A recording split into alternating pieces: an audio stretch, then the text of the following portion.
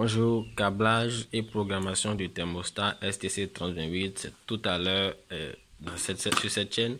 Dans cette vidéo, reste jusqu'à la fin pour comprendre étape par étape comment brancher de manière simple et efficace ce thermostat. Donc on se dit à tout à l'heure après le générique.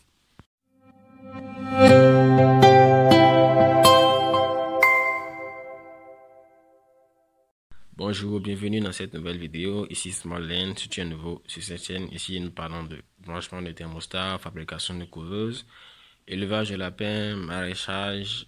Bref, nous abordons une vaste thématique, ou plutôt plusieurs thématiques sur cette chaîne. Donc n'hésite surtout pas à t'abonner, à liker cette vidéo si tu l'as aimé.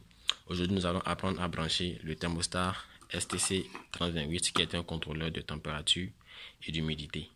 Donc là, en fait, pour notre branchement, nous aurons besoin du thermostat lui-même.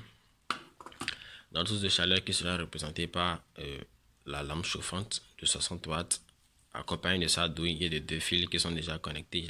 J'ai fait ce branchement pour que la vidéo ne soit pas trop longue. Ensuite, nous aurons besoin d'un bout femelle, donc branché bien sûr avec de petits fils. Ce bout va nous permettre de connecter notre brumisateur. Ce brumisateur là en fait qui va être branché là pour produire la brume dans notre couveuse et augmenter le taux d'humidité dans la couveuse. Donc ensuite nous aurons besoin de quoi? Voilà, d'un ventilateur de 120 volts qui va nous permettre d'homogénéiser la température dans notre couveuse. Donc là, pour commencer, bon, ce thermostat vient déjà avec la sonde qui est connectée là, donc nous n'avons pas touché à la sonde. Nous aurons juste maintenant à connecter trois petits fils au niveau du port 1, du port 6 plutôt, et du port 8. Donc là, voici les ports qui sont là. Le port 1 et 2 sont connectés à l'entrée du courant. 3, 4, 5 à la sonde qui est déjà connectée là. 6 et 7 à l'humidité. 8 et 9 à la température. Donc tout ce que nous aurons à faire, c'est pour l'instant, voilà, c'est de connecter un fil au niveau du port 1, un autre au niveau du port 6 et un autre au niveau du port 8. Donc je le fais et on se retrouve tout à l'heure.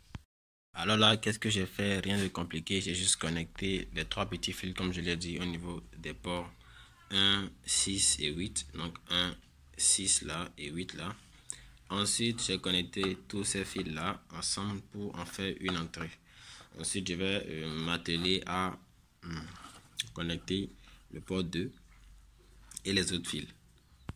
Alors ce que j'ai eu à faire là est très simple. J'ai juste pris, comme je l'ai dit, un fil que j'ai connecté au niveau du port 2 là. Au niveau du port 2, le voici. Là, le port 2, c'est le deuxième port là, juste après le port 1. Donc ensuite, à ce fil, j'ai raccordé deux autres petits fils, comme ça, deux autres petits fils pris séparément. Tout simplement, c'est tout ce que j'ai eu à faire là, rien de compliqué. Donc ensuite, je vais connecter notre source d'humidité, donc en connectant ceci, le bout femelle, qui a deux fils. Donc je vais prendre un de ces fils là, le bout femelle, que je vais connecter au niveau du port 7 là, donc à ce port. Et le deuxième fil sera connecté à l'un des deux fils que j'ai connecté au niveau du fil qui va au port 2. C'est tout ce que j'aurai à faire là, donc je reviens tout à l'heure. Là, c'est tout bon. J'ai connecté un des fils de bout femelle qui va accueillir la tête du brumisateur. Je l'ai connecté au niveau du port 7 là. Le port 7, les ports 6 et 7 sont dédiés à l'humidité, si vous vous rappelez. Donc, j'ai connecté là au niveau du port 7 un des fils de bout femelle.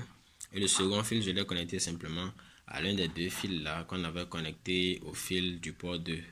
Tout simplement. Ensuite, je vais faire pareil pour la source de chaleur. Je vais prendre un fil de notre douille là. Un fil que je vais connecter au niveau du port 9, puisque c'est le dernier port qui est inutilisé. Le seul port qui est inutilisé, je vais le connecter là.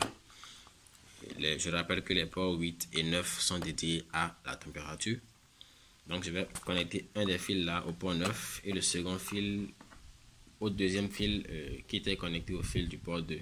Tout simplement. Et là, nous aurons fini notre branchement et nous pourrons passer au test. Voilà, là, j'ai juste connecté notre douille là au niveau du port 9. Un fil au niveau du port 9. Tout simplement. Voilà. Et le deuxième fil au niveau du deuxième fil qui était connecté au niveau du port 2, comme je l'ai expliqué.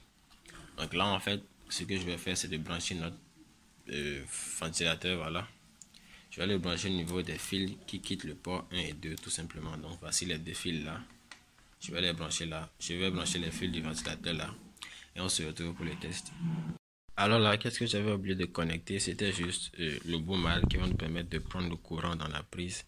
Donc j'ai juste connecté les fils de ce boomal là au niveau des fils qui vont au niveau des ports 1 et 2, puisque c'est ces ports là en fait qui prennent le courant et qui vont nous permettre de faire fonctionner tout ce circuit là. Donc je les ai juste connectés. Ce que je vais faire là, c'est de passer du scotch dessus pour sécuriser le circuit. Et maintenant, enfin, on va passer au test. Alors là, tout est branché, notre source de chaleur qui est là, voilà, branché, notre ventilateur qui va tourner de manière permanente, notre brumisateur qui a été branché là au préalable avec son chargeur au niveau du bout femelle. Notre brumisateur également, la tête voilà, qui va produire la brume est branchée là pour le test. Pour ne pas faire une vidéo longue, je vous invite à cliquer sur le lien plutôt qui est dans la description et à vous rediriger sur la programmation du thermostat SHT 2000 qui est pareil que celui du STC 3028. Là-bas, vous pourrez voir le test de cette vidéo, de ce câblage plutôt, de ce branchement et également la programmation. C'est la même programmation et le même branchement. Donc, on se dit à plus dans de nouvelles vidéos. Merci et bonne journée à tous.